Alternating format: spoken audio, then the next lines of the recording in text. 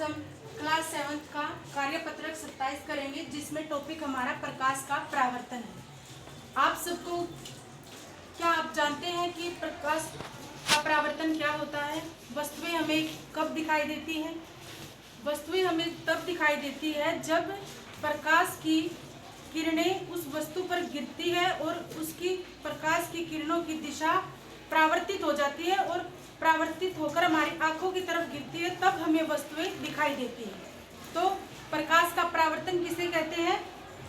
दर्पण द्वारा प्रकाश की दिशा का परावर्तित हो जाना प्रकाश का परावर्तन कहलाता है। और आप सबने घर पर दर्पण देखा होगा।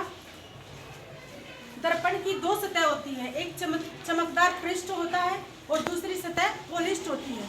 तो इसमें क्या होता है, प्रकाश की किरणें जो जब दर्पण पर गिरती हैं तो वो प्रकाश की दिशा परावर्तित हो जाती है, जिससे हमें अपना प्रतिबिंब दर्पण के अंदर दिखाई देता है।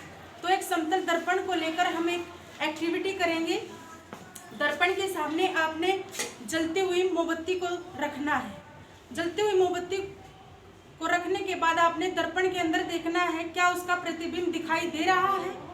अगर दिखाई दे रहा है तो वो कैसा दिखाई दे रहा है? क्या वो जो वस्तु हमने दर्पण के सामने रखी है वो उसके जैसा है, उतना ही बड़ा है और उसकी पोजीशन उल्टी है या सीधी है।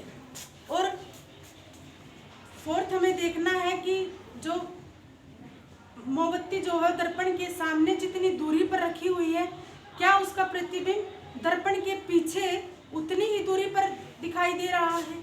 ये सब अगर जब हम देखेंगे तो ये सब समतल दर्पण द्वारा बनाए गए प्रतिबिंब के गुण होते हैं।